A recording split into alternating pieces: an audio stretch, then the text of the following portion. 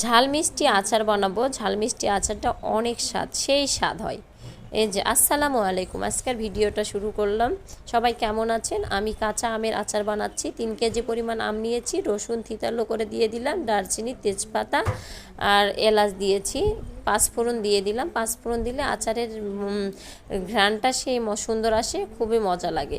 এই যে আমটা কিছু আস্তে আস্তে করে ছিলে নিয়েছি, কিছুটা ছকলা উঠাইছি, কিছুটা উঠাইনি। এটা যদি দাঁতে পড়ে খুব মজা লাগে, দানা দানার মতো লাগে, খুবই ভালো লাগে।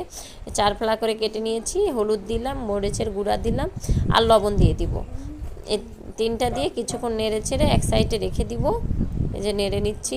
এখানে 3 কেজি পরিমাণ আম আছে, রেখে দিব। আমি আচারের মশলাটা বানাই নিব, মশলাতে আচারটা টেস্ট চলে আসে যাবে। এই যে মশলাটা বানাচ্ছি, শুকনা মরিচ ভেজে নিয়েছি, জিরা গুঁড়া ভাজা, ধনিয়া গুঁড়া ভাজা, গরম মশলা গুঁড়া দিব, লবণ দিয়েছি আর পাঁচফোড়ন দিয়ে দিব। পাঁচফোড়ন কিছুটা পরিমাণ দিয়ে দিলাম। ওই যে ওখানে গরম মশলা ছিল, গরম মশলা দিয়ে ব্লেন্ড করে নিচ্ছি। এই যে এখানে 3 কেজি আমেতে আমি 1 কেজি চিনি দিচ্ছি, 1 কেজি পরিমাণ চিনি এখানে দিলাম। এটাতেই সেই মিষ্টি হয়ে যাবে। এখানে আচারটা নাড়তে হাতের অবস্থা সেই হয়ে যাচ্ছে।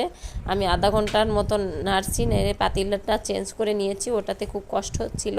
কড়াইতে চেঞ্জ করে নিয়েছি, কড়াইতে নাড়তে সুবিধা হচ্ছে। এখানে আরও আধা ঘন্টার মতো আমি নেড়ে চেড়ে নিয়েছি। বেশ কিছুক্ষণ ধরে রান্না করে নিতে হবে। এই মশলাটা করে রাখছিলাম, মশলাটা দিয়ে নিলাম। মশলাটা দেওয়ার পরে আবার 20 মিনিটের মতো আমি নেড়ে নিয়েছি, রান্না করে নিয়েছি।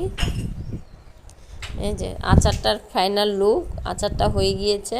এখন বয়ানে উঠে কয়েকদিন রোদে দিব আর সরিষার তেল দিয়ে রেখে দিব।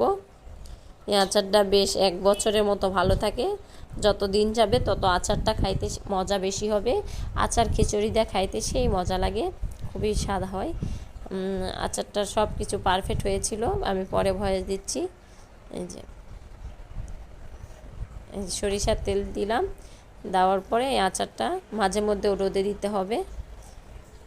3 কেজি আমের 2 বয়াম পর্যন্ত হয়েছে। আর